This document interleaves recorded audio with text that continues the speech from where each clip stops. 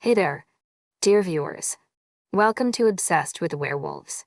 I'm so glad you're here because I know you, like me, have a passion for all things werewolf.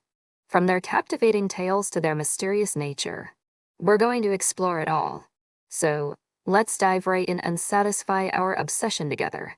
Opaline, and Lykaon were talking about something important when I saved and our baby followed me into my mate's office and started hiding, both of us in terror of the man we saw right outside the house.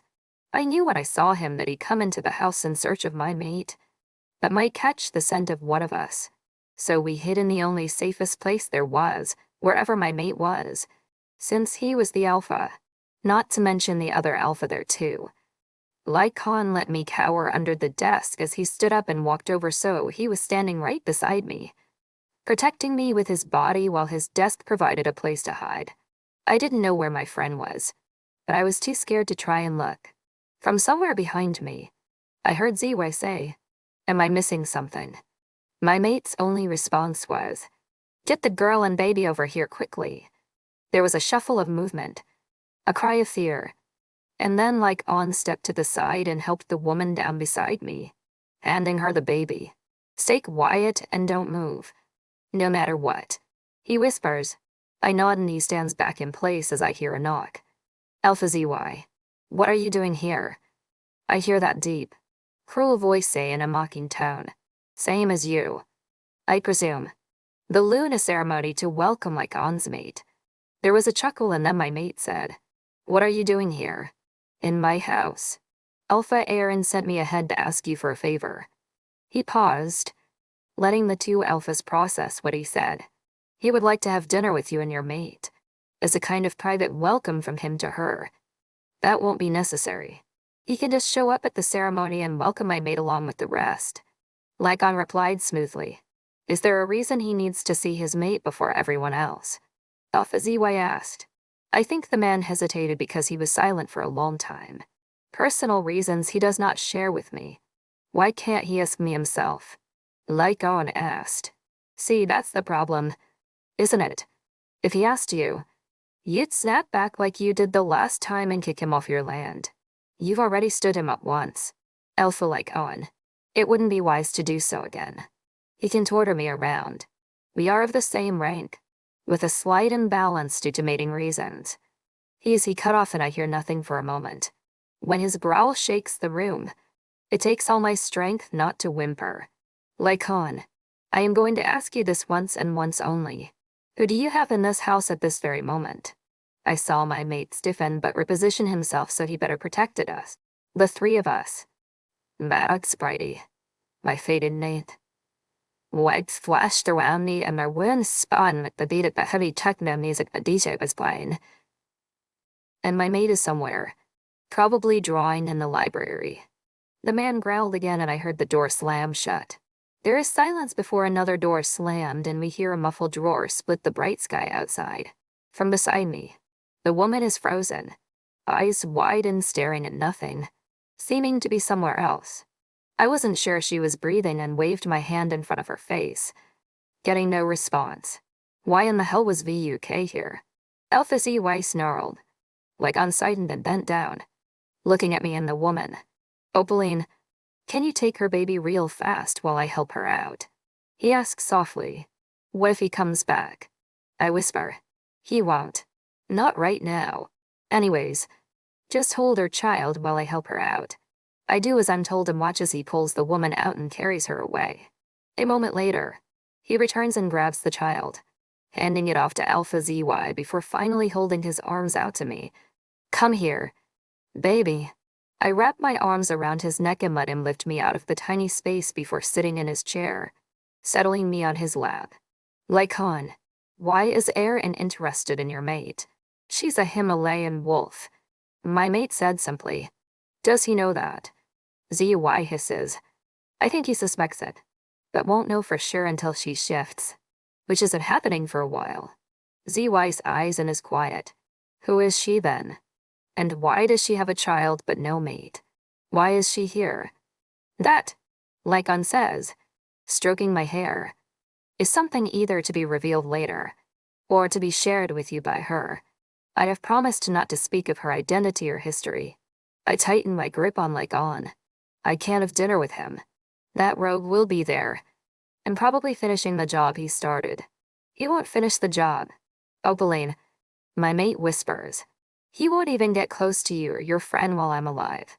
Lykaon, it seems I'm not the only one with problems. ZY observes. I will help you tonight at the ceremony in any way I can. Lykaon shakes his head. No, you need to watch your mate. I have men set up to protect Opaline. I just need my guests in line until morning when they go home. ZY sighs. If need be, I will protect her. We are allies. We help each other. Besides, it'll be killing birds with one stone if things go wrong tonight. Lykaon kisses my head and says, if you can have Wene come and help Nadine get Opaline ready for the ceremony, and you watch out for Aaron and VUK so I know they don't get close, then I can do the rest. What about the other two? I'll have to mask their scent somehow unless her maid has already caught it. Then hide her. Where are you going to hide her and a baby? Lykaon shakes his head. I'll figure it out. I hear ZY's chair scrape as he stands up and then the door open. The link is open to you and Kaowen. I'll let you know of anything. My mate nods. Can you send my beta up while you're at it? Of course. ZY says and walks out, closing the door behind him. I relax a little in my mate's arms and breathe in his scent while he does the same.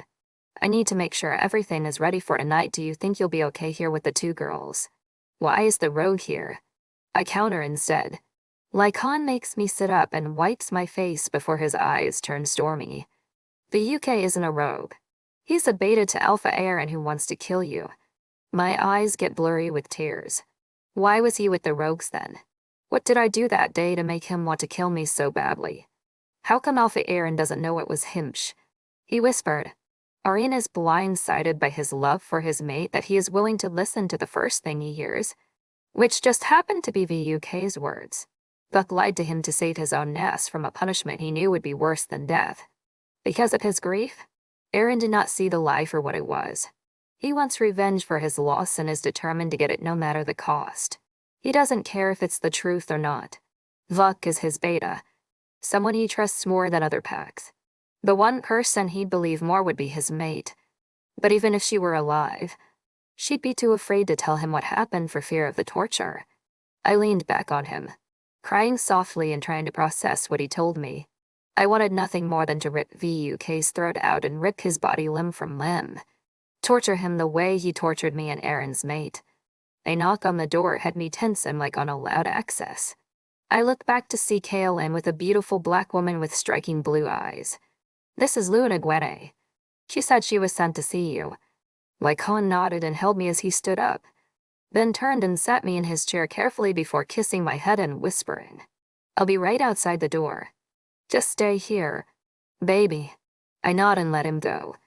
They were gone only a few minutes and came back and looking at me and the woman lying on the couch, fast asleep.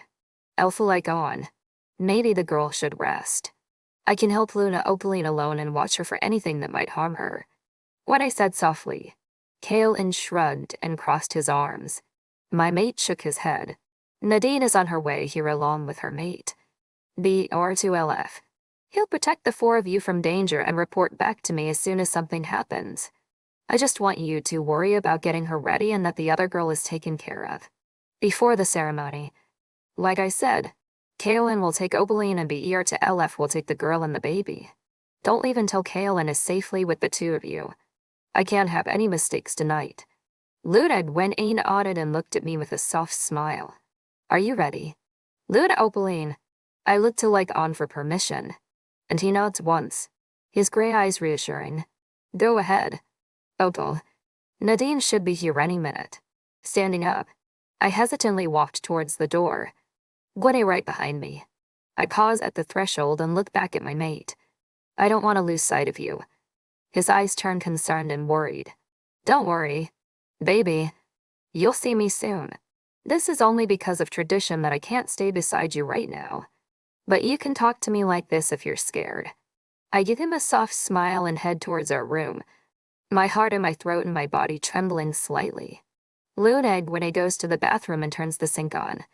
wetting a cloth before coming back and making me sit on the bed, putting the cool cloth on my head. Rest for a minute or two. Dear, everything is going to be just fine. We hear 2 knocks and Nadine walks in with BR to Elif holding the woman and child right behind her.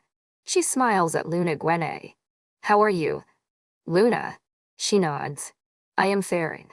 I'm here to help you get Luna Opaline ready for the ceremony. Nadine glances at me, then goes to the closet. I think Alpha put it in here. Hang on. I sit up and furrow my brows. Put what in there? Your dress. Silly. Nadine giggled. I looked at Gwene, then glanced at BR to Elif before I hear a squeal from the closet. Nadine pokes her head out and Gwene rolls her eyes. Let me guess, she says as she walks over. There was a couple of gasps and excited whispering before I got irritated. Do I seriously need to have weird women help me dress for the ceremony? I ask my mate. He chuckles. I know Nadine is weird, but Gwene. I think Nadine's weirdness is contagious somehow. I feel like Han's humor as the 2 come out of the closet. At least it's only a one-time thing. Baby, but I can't handle so much of this. You'll be all right. Opal, he says softly, soothing some of my tension. I'll see you soon. Okay? When? When Kale escorts you outside to see me. Don't worry. I'm anxious about this whole thing too. Okay? See you soon. I say and focus back on where I am. Where's the dress? I ask, looking around. You can't see it. Nadine suddenly had a scarf in her hand. Wait, why? Because you don't get to see it until Kaelin starts to walk you outside. It's so we don't make second thoughts while dressing. Gwene explained. Don't worry. I had to do the same. Can you at least tell me if I like it? I ask softly. Nadine nodded emphatically. You'll love it. Your mate picked it out after all.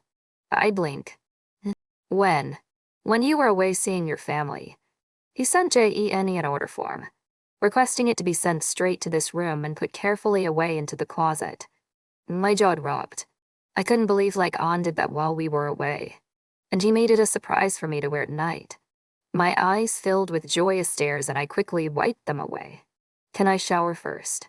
Both ladies nodded and said they'd prepare everything while I did so, and to not step out of the bathroom until I had the blindfold on, which Nadine handed to me. Rolling my eyes, I got into the shower, shaved, washed my hair and body with a sweet-smelling soap, then got out and dried myself off with a thick towel. Somewhere from my room, Nadine was talking to BR to Elif about something while I heard nothing from Gwene. I sighed and put on the blindfold, preparing myself for the worst to come. Finding the door handle, I unlocked it and stepped out into the chilly room. Good. You listened, Nadine said cheerfully and grabbed my hand. Okay, now all you have to do is sit in this chair and be still while we do the rest. I really don't feel like sitting. That's Spidey, my fated mate. White splashed around me and my wounds spun with the beat of the heavy techno music the DJ was playing. Too bad, she said without a hint of sympathy. I felt her move away for a moment before she put something soft in my lap. Put those on. Be eager to LF will look away. I feel around and find lace panties. Do I get a bra? I ask as I stand and pull the thin fabric up my legs. Then sit down again. No. This dress doesn't require one. That scared me a little, but I didn't argue on the subject. Now keep your eyes closed. I need to do your hair, and I can't with that on. I nod and she takes the scarf off and starts brushing my hair. From somewhere in front of me, I hear movement and then feel a pair of hands on my face. I know the perfect makeup for you, Gwene whispered. I tensed as she began her work as well, hoping beyond reason that I wasn't going to look like a clown or something else. They just started on my hair and makeup and I'm already tired of this.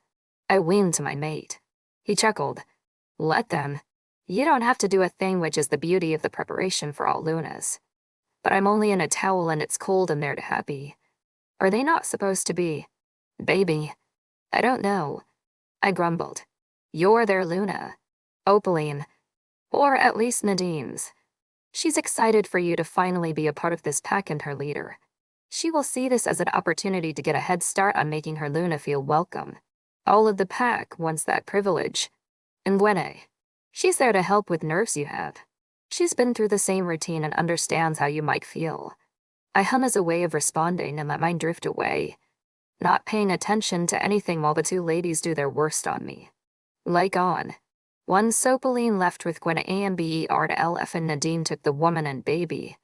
I turned serious, looking at my beta. We have a problem. His eyes widen, but he crosses his arms and waits for me to explain. I do. I tell him about the note and of VUK being here to request Opaline's and my presence for Aaron at dinner. He is silent throughout the short explanation, and is deep in thought when I finish. He finally says, "She can't skip this. It was hard enough to get this going as it is.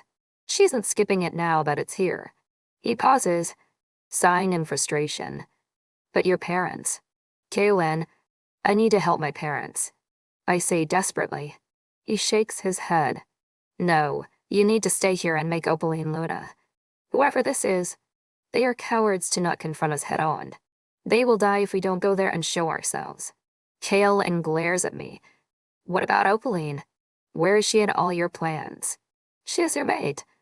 Lykaon. "I know that. Damn it." I hiss, breathing hard. "But they're the only family I have." Kaylin's voice softens. "I understand. But they are making you choose between your mate and your parents.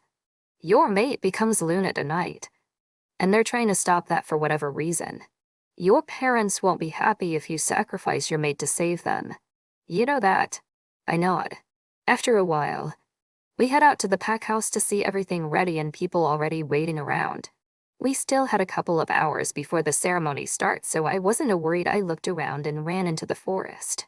The west border was dense with trees and foliage, but I could make it through easily in my wolf form. I could smell something foul but couldn't place what it was. It smelled like a rotting corpse, but I didn't see any around. Underneath that, there was another scent, one more alluring. I followed it, crossing the border and onto uncharted territory. I continued on for a long time until I stopped and realized I had no idea where it was. No idea where I was going. The scent hit my nose again, and without thinking, I continued following it. It was about 30 seconds until I felt my paw catching something, trying to pull it out only for the trap to snap shut and the teeth tear into my leg. Breaking bone. I held and tried to shake it off, but it wouldn't budge. I couldn't even shift to help myself. I hear a soft, menacing laugh from somewhere ahead and see a woman standing there with a gun in both hands, pointing them straight at me. I knew you couldn't resist. I furrow my brows in confusion, then see wolves surrounding me. At least 10 of them. "Why do you want my mate? Where are my parents?" The woman, not much older than myself, frowns a bit. "I want her for personal reasons. As for your parents," she trailed off, humming to herself. Well, you've still got time to do as I asked. What did my maid ever do to you?" I hiss, keeping my eyes on her, but staying alert of the others. She's been nothing but good to everyone she meets.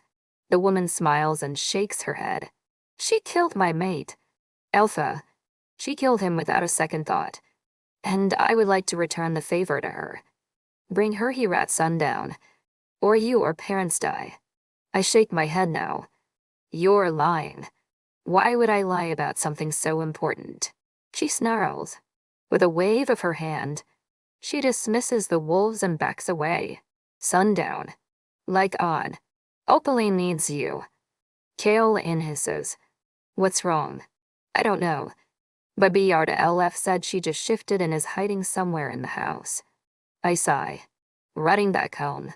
Something tells me that I should make everyone leave and cancel the ceremony for another night with everything going on. There's no way it'll be successful.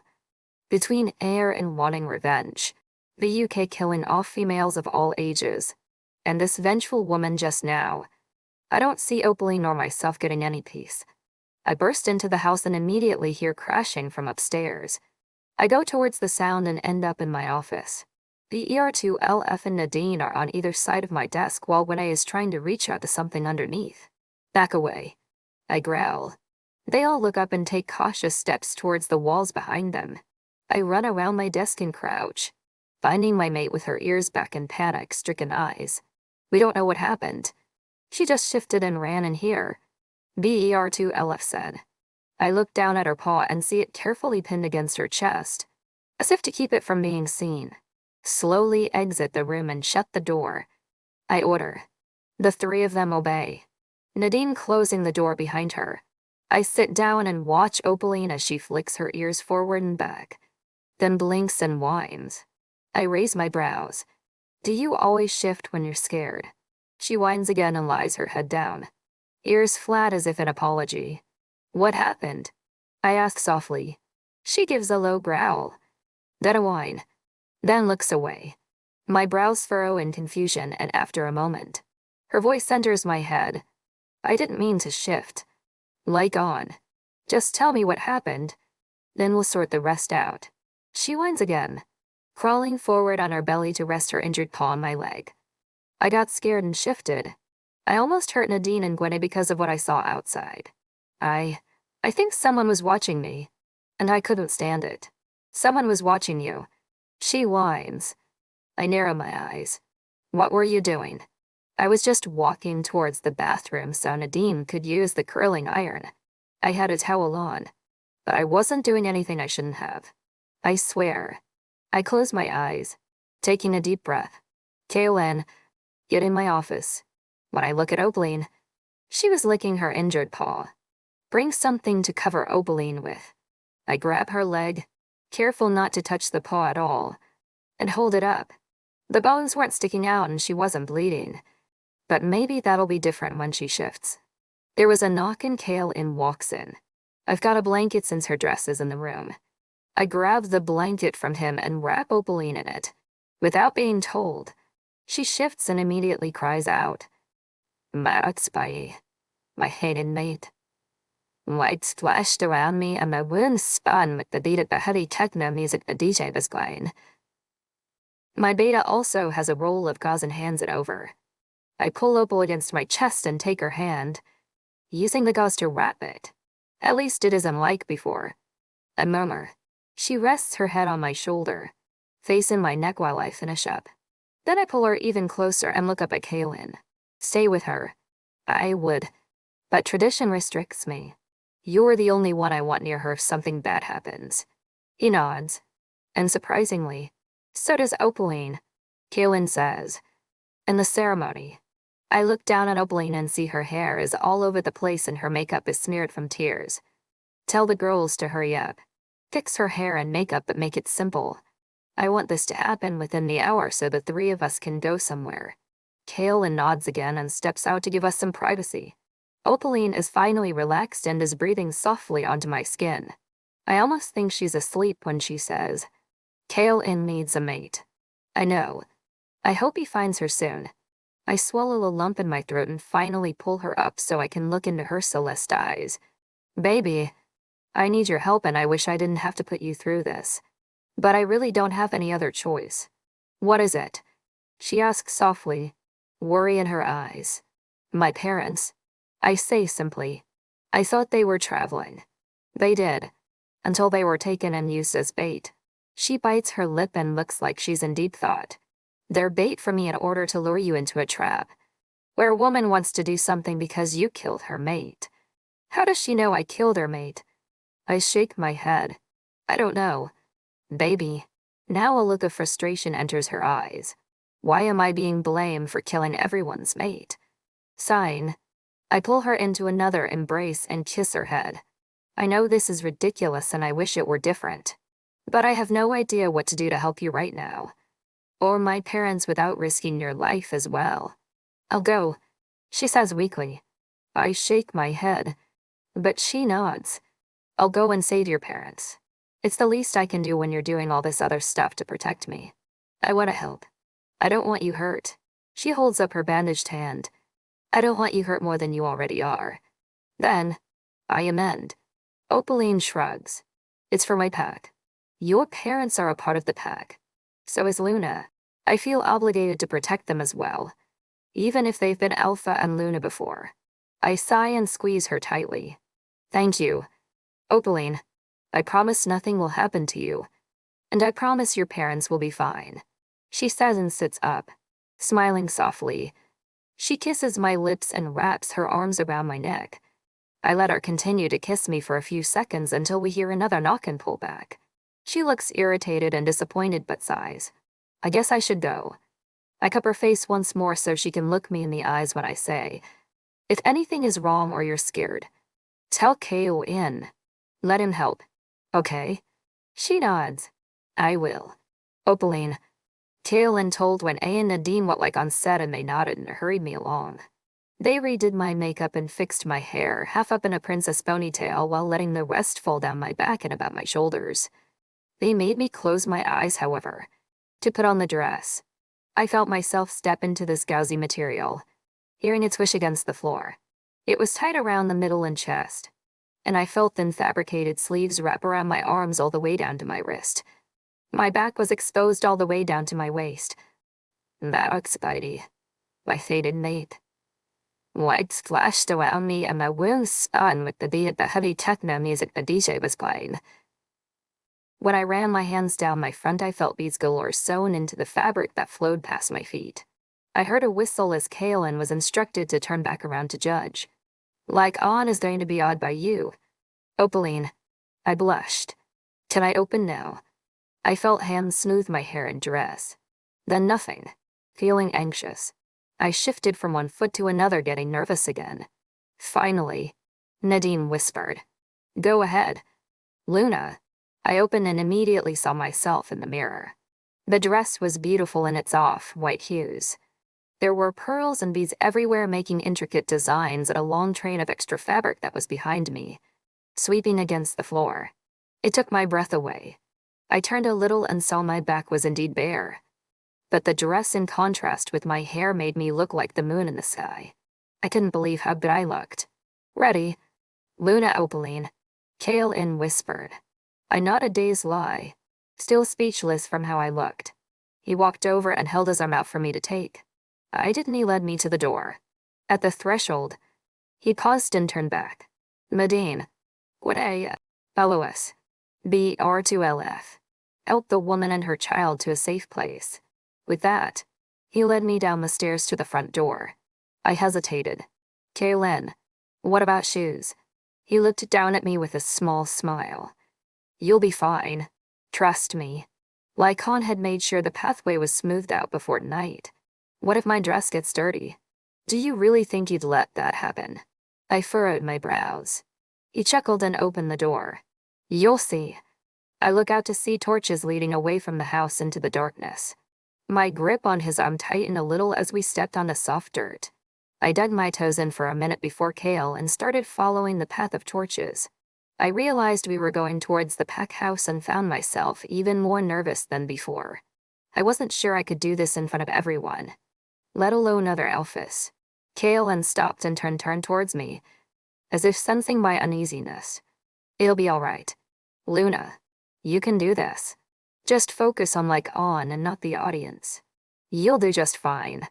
I nodded and he embraced me before continuing on again. In my head, I heard, keep your chin high and shoulders back, even though you're not confident. Make it look otherwise.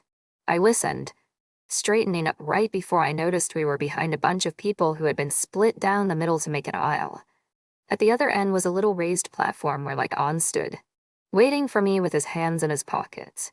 Kaelin pulled me forward with him, making our way towards my mate. When our eyes met, gray to blue, I could see how they were wide and just slightly like he had just noticed me for the first time in his life. I started to blush and look down until Kaelin squeezed my arm slightly, reminding me of my posture. When we finally reached stairs to the platform, Lykaon leaned forward and held out his hand to me. I took it, letting Kaelin go, and ascended the stairs. My mate didn't take his eyes off me as we walked towards a little podium where a bull was waiting with a knife. I squeezed Lykaon's hand tightly, afraid of what was to come, but he paused and turned towards me, taking my attention away from the objects. My Luna and mate. His voice trailed off.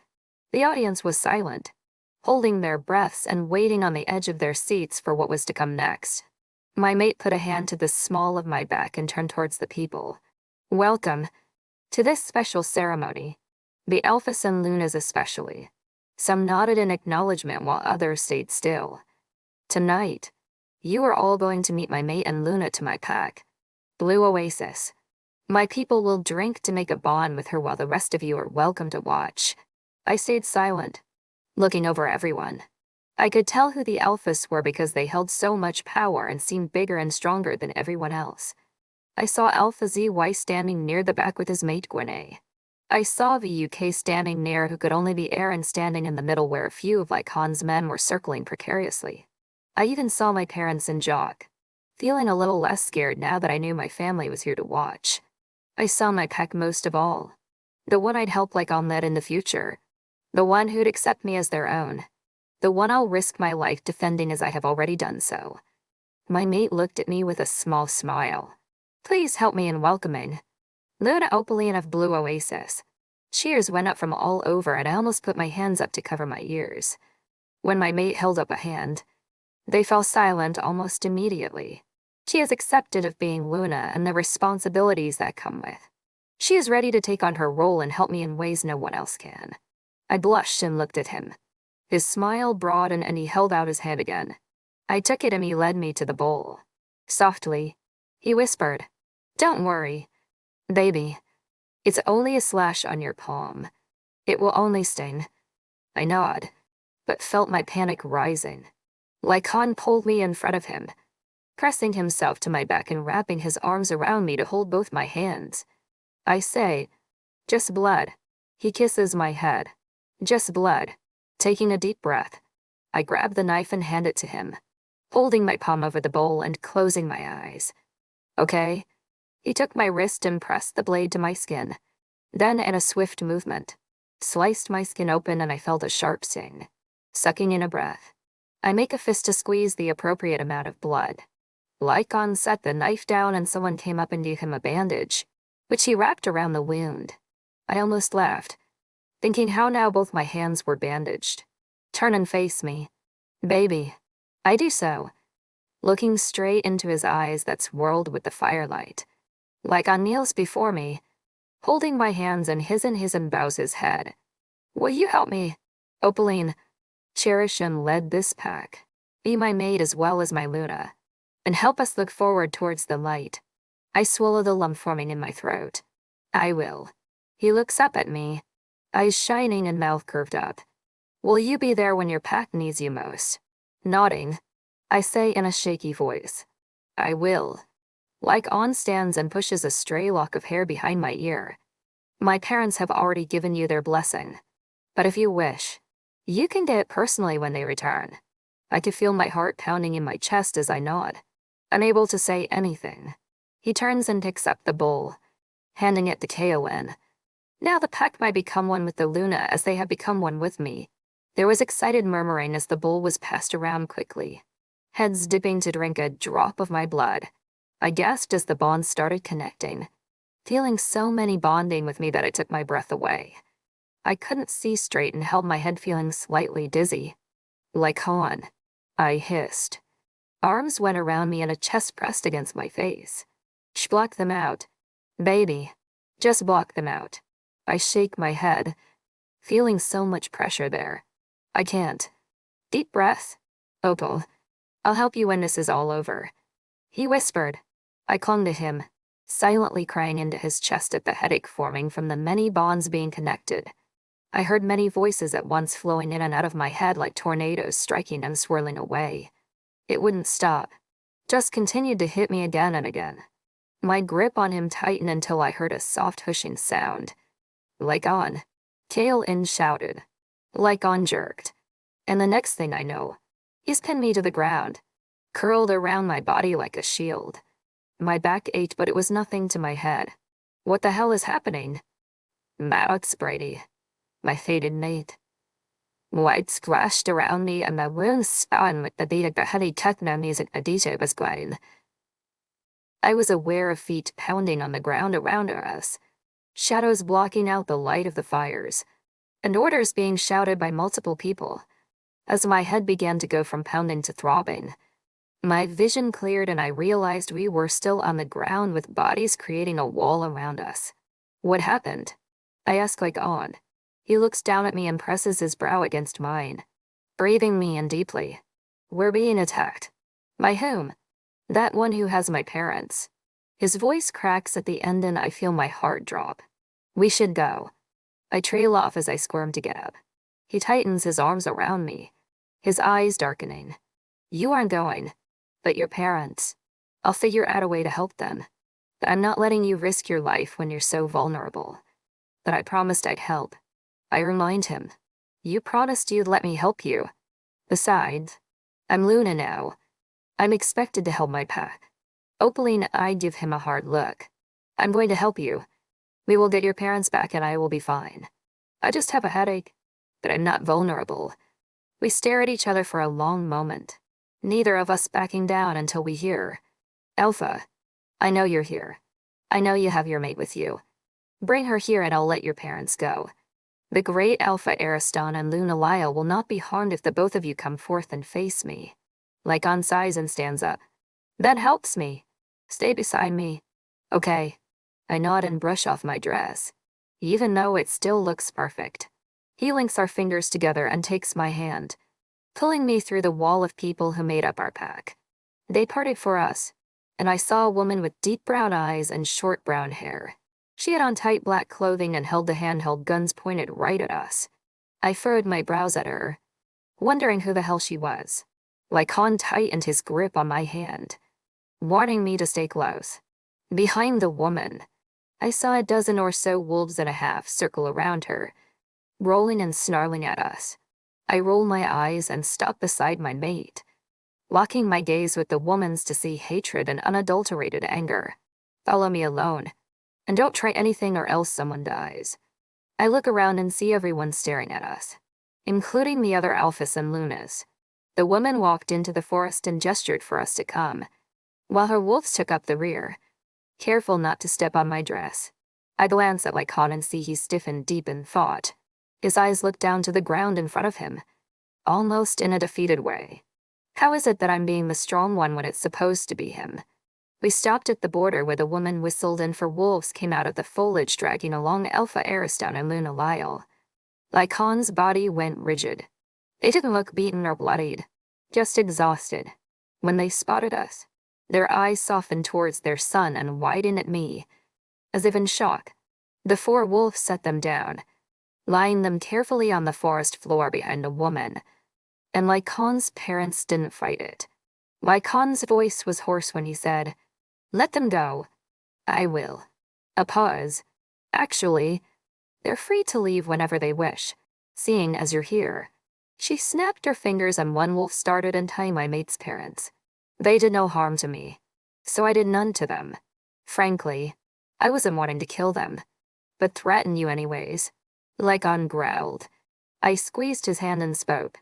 "Tell me, who was this mate you claimed I have killed?" Ariston and Lyle stood, walking around and behind us, clutching one another. The woman holstered a gun and glared at me. He was a red wolf, and had spot of black on tail and paws. Remember him? I shake my head, unable to recall such a thing. I haven't killed many wolves, but those I did deserved what they got for doing what they did. I have no idea WHA 3 years ago. She bellowed. I took a step back, a bit surprised by her outburst. You left him lying in the dirt to rot. You killed him without a second thought, and as easily as ripping out his throat. Now I glare. He was hurting an innocent woman. Was I not supposed to stop him and his little friends? Innocent. She barked out a laugh. That little tramp is anything but innocent. I could feel Lykaon's confusion rise like mine was. Would you like to know what she did? What she accomplished doing before that fateful day? I took another step back and felt a wolf nip at my heel, making me jump forward again. I don't know what you're talking about. She was under him, being attacked by him, because she attacked them. The woman snarled. She used them, knowing they all had mates of their own, for her own personal pleasure. My heart stopped. I couldn't breathe. That girl is nothing special. That child she was pregnant with, that is my mate's child. Thanks to her. Did you see this happen? Lykaon asked. Did you see her force your mate into it? She looked at him mournfully. She drugged him and his friends when she did it. Each one with wolfsbane and some hormonal shit so he would feel pleasure as well. He was unable to move, unable to call for help as the wolfsbane left him paralyzed. She left him helpless, defenseless, as she took him. His friends were the same. And you know what happened after that? She gulped, brushing away tears. He wouldn't look at me in the eyes, wouldn't touch me, wouldn't even tell me what was wrong for fear of me rejecting him. I gasped, horrified and sad for this woman, but also betrayed by someone I thought I was helping. I hid my face in Lykaon's arm, feeling ashamed of my actions. He said, "You're sane. The blonde woman who has a baby in her arms is the reason for you going after my mate. Your mate defending my mate's assaulter. Unknowingly. I don't care." She hissed. Lykaon held up his hand. "One more question. Why was Beta VUK there at the scene?" We asked him to help. He suspected something was up with this woman and was going to do something about it. But is she Aaron's mate? I stiffened hearing my mate's question. The woman seemed to think about the question for a long time. Then softly she said, "Aaron's mate. The Golden Himalayan." Lykaon nodded. "She's dead, but this person is her sister no one knew about. They're twins. So I'm hiding an evil twin of the precious Maybelle of Vengeful Starpack." Lykaon growled. "Since the fuck when? Does VUK know?" "Of course. She disappeared when his attention fell onto your mate that day. And he's been looking for her ever since. Is that why he's going around killing females?" "He isn't killing them," she said desperately. "He doesn't do that. The ones killing them are their own families. He's only slowing their heart rate down to the point it can't be heard, then searching them carefully for the one thing that can identify the criminal. What mark is he looking for?" "A scar." She brought out a piece of paper and walked up, handing it to us. "It's on the back of her neck where a silver knife cut her as a baby to identify between her and Maybelle." I looked closely at the picture, seeing a white line slashing a feminine neck about inches long. My stomach churned and I found myself unable to move, staring at the scar in defeat. What have I done? Lykaon. Rosetta, the woman who decided to forgive Opaline for her mistake of misunderstanding the situation, apologized for interrupting the ceremony. Her wolves finally shifted into men and women, dressing behind trees before coming out to greet us. We learned that she was Luna of the Nightstar Pack who had a territory farther north than I did. In between our packs was a vast land that had no claim to it and the rogues hardly passed through. Opaline repeatedly apologized for her mistake, even though Rosetta forgave her. Before we parted ways, I asked her, "Who killed Maybelle? And what is her sister's name?" She looked down at her feet and said, "I did by accident. It was the night before and I thought it was her sister. I had shot her, and only realized afterwards that I was wrong. She forgave me, saying it was her fault for being alone in the woods. I promised I'd find her sister and kill her. I'd find Melanie and end this once and for all." Opaline wrapped her arms around me, leaning her head on my chest. I said, "Do you want to keep the child or kill it?" Tears streamed down Rosetta's face as she looked up at us. If at all possible, Barwick would have wanted me to keep it, to protect it from Melanie's darkness. He may not have wanted the exchange with her, but he never despised the child when it is not its fault. "How did you find out?" Opaline whispered. "The UK told me, since Barwick couldn't bring himself to. He told me what happened and why Barwick was keeping his distance." "Does he know you killed Maybelle?" She shook her head. "No one knows. You need to come clean." I growl. "They'll kill me," she hissed. "Aaron will kill my mate if you don't." Rosetta glanced at Opaline, regret in her eyes as well as guilt. She finally nodded. "I'll confess. Are you free to meet us tomorrow evening?" I asked why. "I'm going to schedule a dinner with Alpha Aaron and Beta VUK. You can confess then. In the meantime, I'll make sure Melanie is secured and the baby is out of harm's way."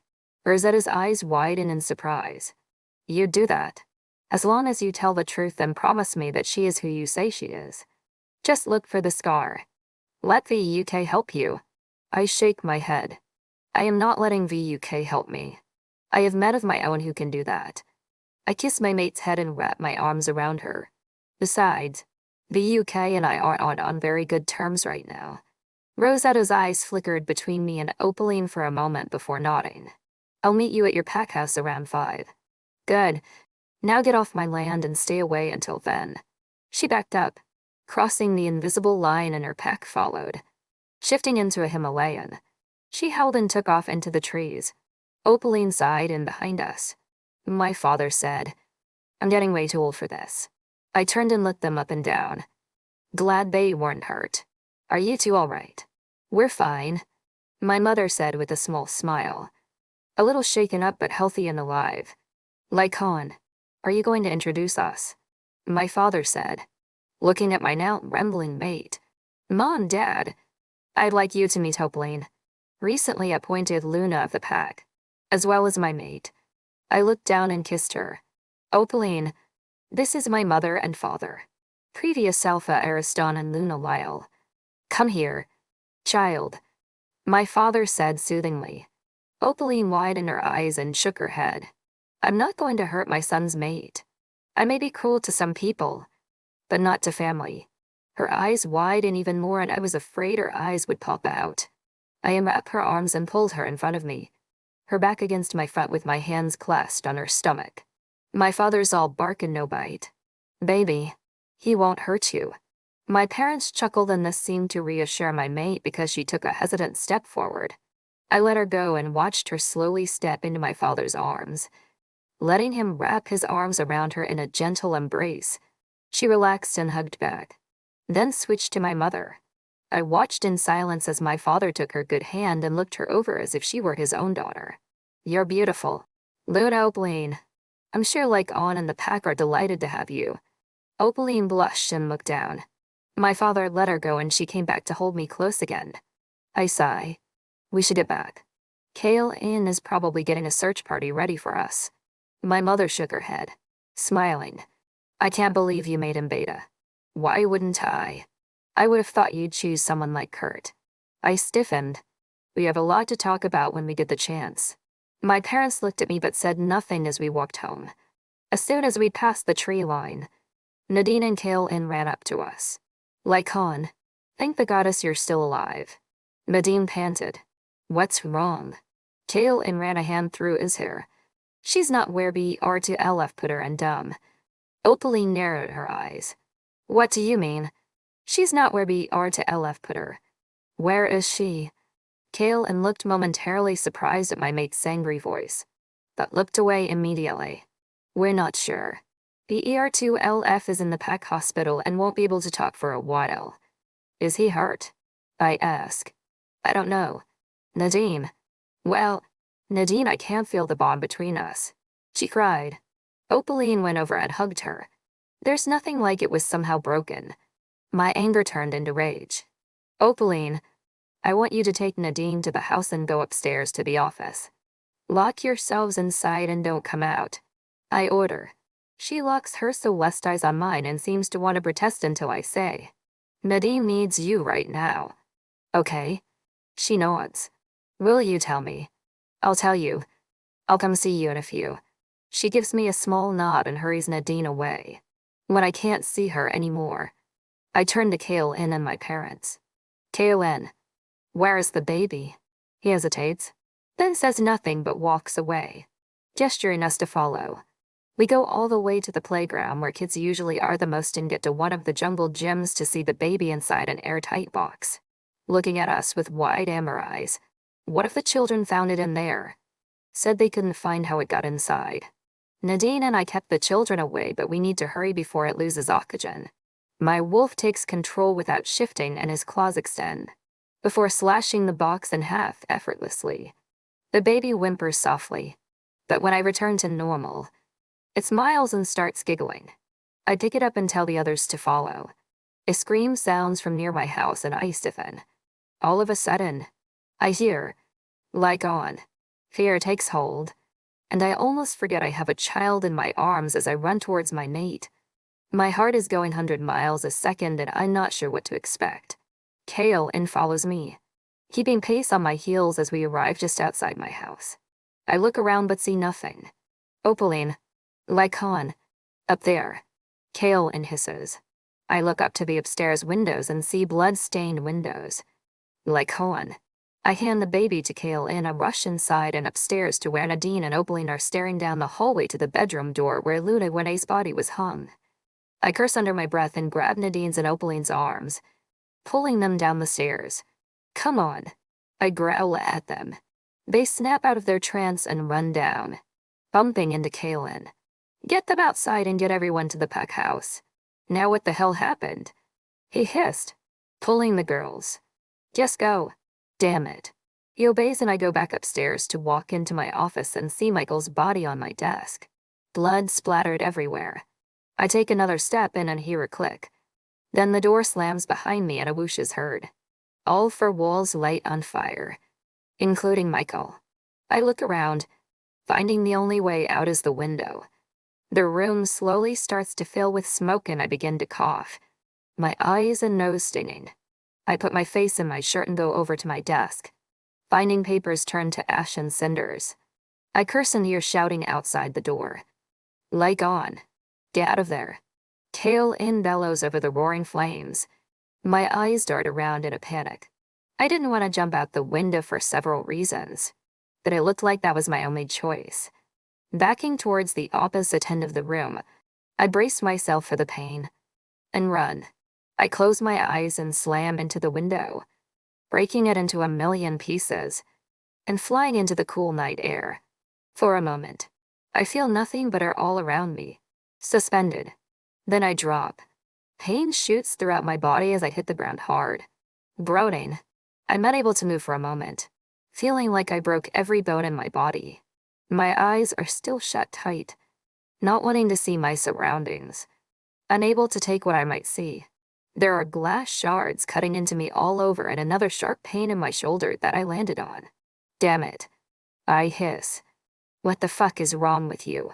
I hear Kaelin hiss, then feel his hands start to drag me across the ground. Why the hell did you go in there? You could have died. Max Spidey, my fated mate. White splashed around me and my wings spun like the beat of the heavy techno music the DJ was playing. I groan and gasp as he pulls harder. Kaelin. Stop. He stops and carefully lies me back down. Don't tell me you're dying. He snarls. I shake my head. My shoulder. I landed on it. I hiss through gritted teeth. Hold still. He sighs and pops it back into place. I let out a cry of pain before gasping for air. Come on. Everyone is worried about you. I carefully stand up and lean on him as we walk to the pack house. Behind me, I hear a crash and turn to see the rest of my house aflame. The roof collapsed. My eyes teared up, not with smoke this time, but with despair. When we made it to the doors of the pack house, Kaelin knocked 5 times and my father let us in quickly. People started asking questions and murmuring, but my beta pushed them out of the way. We went upstairs where my bedroom was and he set me down. True NT walking through the door a moment later with his gear. Where's Opaline?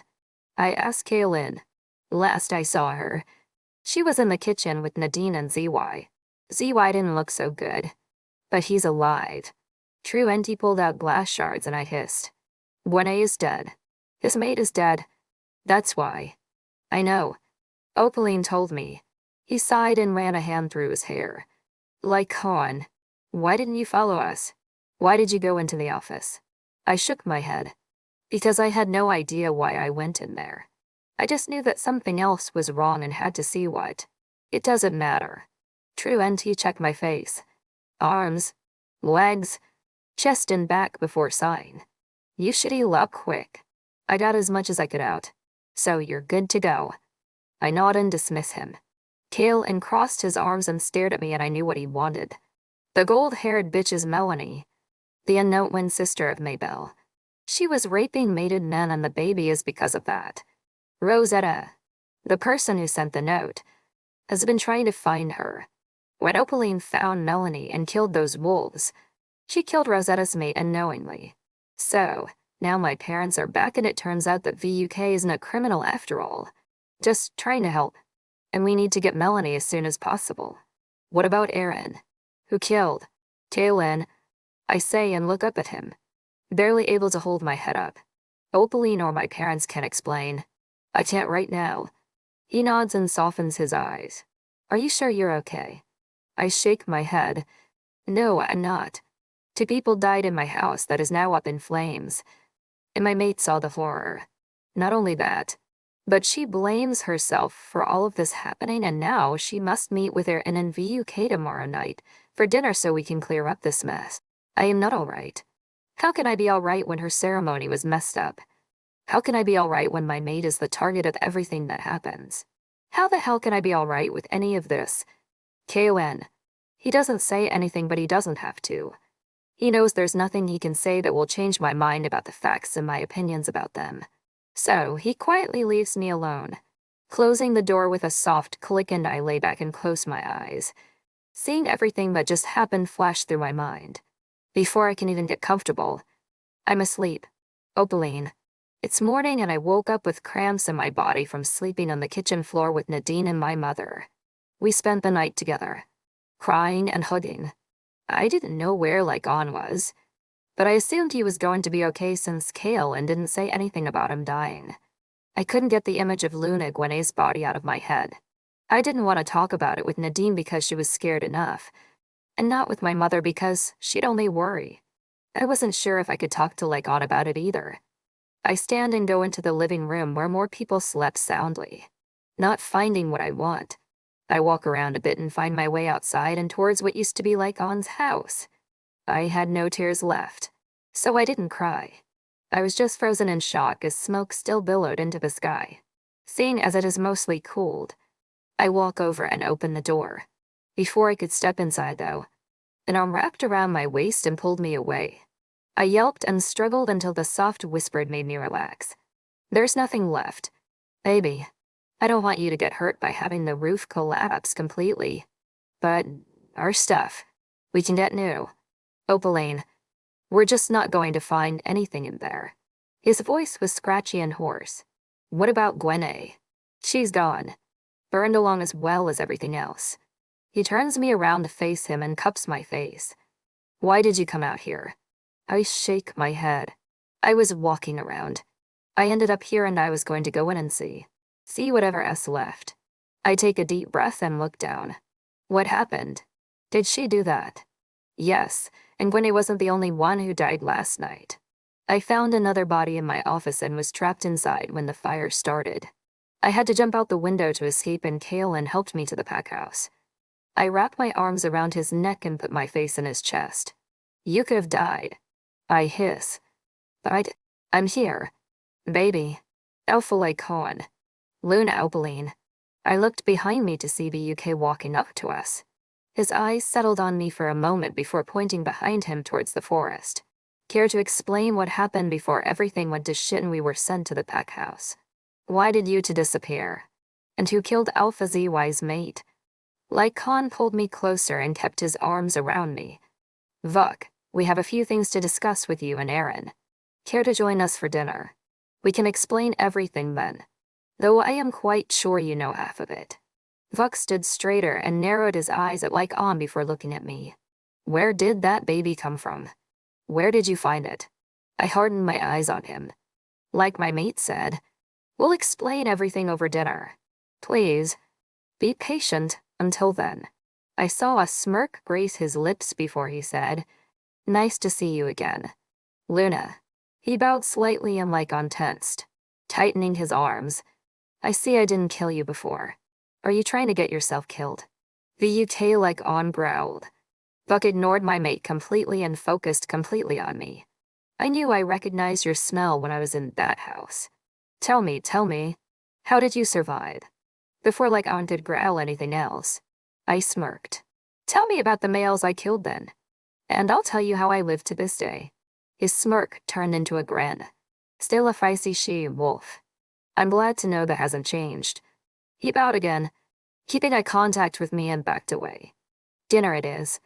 Then, Lykaon and I walked together into the forest, wanting to be away from everyone else for a while. We didn't speak, didn't touch other than our linked hands, but walked, peacefully walked and took in nature as it was. We were content to let the world around us sing its story through the creatures and plants. We kept walking for a long time until we ended up at a cliff overlooking a pasture that was still within Lykaon's borders on the north side.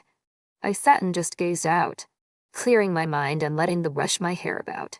We didn't return until the sun was halfway to the horizon and Kaelin had linked Lykaon about needing a pack meeting to let everyone know what was going on. When we got there, people were milling around the raised platform, speaking in low voices to each other. I looked around, but didn't find Alpha ZY or Nadine or B or LF. Sign. I stood with my mate as he told everyone to take precautions and be alert for Melanie. I saw Aaron's face turn pale and BUK's lips twitch when we met eyes. He suspected we knew now, and now it was confirmed. Afterwards, Lykaon told Aaron about dinner and turned to me. "Why don't you go find something comfortable to wear and I'll go get Rosetta?" I give him a small smile. "Be careful." He nods. "I'll be careful. Stay near Kaelin and be safe." He kisses my head before heading off. Kaelin came up and walked me to where Lykaon's room was and where a blue dress with a beaded neckline was waiting on the bed. I walked into the bathroom and slipped it on after a hot shower. When I returned to the bedroom, I fixed my hair as Kaelin stared out the window. I asked him how I looked, and he turned and smiled. He said Lykaon would love it and helped me downstairs where Aaron and VUK were waiting. Lykaon nowhere to be seen. "Luna Opaline," Aaron greeted, bowing his head. "It's a pleasure to see you." I give him a tight, lipped smile. "You too, Alpha Aaron." I turned to VUK, who also bowed his head, but made sure I saw the smirk. "Luna." "Beta VUK. Wonderful to see you again." His eyes gleamed with humor at my sarcasm. Kaelin whispered that he needed to go see something before leaving, so now I was left alone with the two men. Aaron decided to get straight to the point. "Who is Melanie? And what does she want?" I bit my lip. I think that's best left to be explained by our other guest who will be arriving soon. Vuk narrowed his eyes at me before understanding. "Guest, why can't you explain?" "Or Lykaon." I glared at him. "Why can't you?" "Beta VUK." He glared, but Aaron didn't seem to notice what I had asked him because he growled. "What the hell is going on?" Before I could answer, the door opened with Rosetta and Lykaon. He glanced at the two men, then looked me over. He looked around the room again before his jaw clenched. "Where is Kaelin?" He said he had to go check something. "I don't know." I bite my lip and look away. That Lykaon leaves Rosetta's side and comes to embrace me, kissing my head. "Who's hungry?" He asked the others. Aaron and VUK suspiciously, then Rosetta before turning and walking into a private dining room. Rosetta follows after them and we hang back for a minute. I turn to Lykaon quickly. "I can't go in there." "Lykaon." "I just can't." "What is it?" I hide my face in my hands. Vuk is playing Aaron and Aaron was putting it all on me. "Hey," he whispered, pulling me close. "I'm here. It'll be okay now." The door opens again and I look up to see Kaelin. He looks proud of himself when he says, "Melanie is unconscious and waiting punishment." "You caught her?" I ask hopefully. "Well, with some help. But yes." He brushes off his clothes and fixes his hair. "Who's ready for food?" Lykaon chuckles and the three of us enter the dining room. Lykaon sits at the head of the table, I on his right and Kaelin on his left while the other three fill the remaining seats. I make sure to keep my chair close to Lykaon since VUK was the one sitting on my other side. I saw a smirk curve his lips as Lykaon cleared his throat. "Thank you for joining us. Alpha and Beta of Vengeful Pack, and Luna of Nightstar Pack." "Nightstar?" Aaron hisses, looking at Rosetta. "I thought you all went extinct now."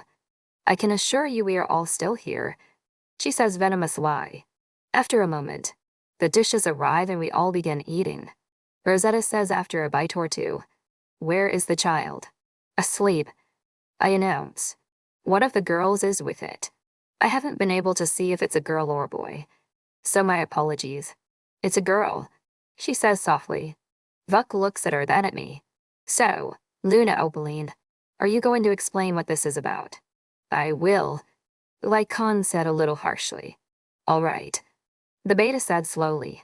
"Go ahead." Lykaon took a bite, taking his time and thinking carefully about his words. What he said made Aaron pause. Maybelle wasn't murdered on purpose, but by accident. Vuk never saw who killed her and mistook the wolf who had done it. And I will tell you this right now. My mate is a Himalayan, but she was nowhere near your wife when all this happened. There was silence before Aaron put his fork down and wiped his mouth. Who did it? And why? I looked at Rosetta, who was hanging her head in shame. I did, because I thought she was Melanie. Who is Melanie? Her twin sister no one knew about. Aaron's head snapped to me and Lykaon. The one who ruined the ceremony last night. Not exactly. Rosetta ruined it. But Melanie is the reason for my house and ZY's mate being dead. Lykaon explains. He glances at me before saying, and also the reason the UK attacked my mate 3 years ago for unknowingly trying to protect a criminal. You attacked her? Aaron hissed. It was a misunderstanding. The UK shrugged. What a misunderstanding. I hissed at him. His eyes fix on me and narrow. I sit up and glare at him. If it was such a misunderstanding, then why in the hell would you beat me to near death? To the point where I spent months in the hospital and had temporary hearing loss. If it was such a misunderstanding, why didn't you just knock me unconscious and finish her off, then come back and ask questions later? You're the reason for all my nightmares. You're the reason I spent 2.5 years locked inside until Lykaon came and gave me a breath of fresh air. You're the reason I hate rogues and lost all confidence in myself. All for a damn misunderstanding. That's fucking bullshit. I was breathing hard. Tears threatened to fall and I knew all attention was on me. I didn't care. I didn't want to care. But I needed to calm down before I shifted again. A chair scraped and snapped my attention away from him to my mate. He pulled my chair out and pulled me up, hauling me out of the room with a growl for everyone else to stay. When we were a few doors away, I turned to him. I'm sorry. He cups my face as HH. You have every right to be angry with him. Every right. Don't think for a moment that I'd be mad about that. You outrank him, even if you're in a different pack. I just needed you to take a short walk and calm down. I wasn't trying to bring it off subject. I whisper. But he made me irritated. If you weren't going to say it, then I would have. He said with a smile. I would have done the same and probably more. I smiled back, breathing normal again. If we weren't inside, I'd probably throw him across the room. Lykaon chuckles and kisses my brow. There's my Luna. I'm ready now if you are. I say and he pulls me close. Not yet. Just give me a minute. He whispers and buries his nose in my hair. I give a little giggle and wrap my arms around as he is done with me. We stand like that for what seems like a peaceful eternity. But it was only minutes. When we went back into the dining room, the UK and Rosetta had switched seats and the former wasn't looking at anyone. He kept on eating. The smirk long gone. Aaron asked a few more questions about Maybelle and Melanie and how it all came to this. Most was explained by Rosetta, with add-ins from your Lykaon. Rarely did we hear VUK say anything. I was okay with that. But when we locked eyes again for the last time that night, I saw the regret and guilt residing within. He mouthed an apology, but I looked away, hardly able to do, much less say anything to him at the moment. Thank you so much for joining me in this obsession with werewolves. I hope you've had a great time and can't wait to come back for more. Remember to subscribe, leave your comments, and share this passion with others. Until next time, keep being obsessed.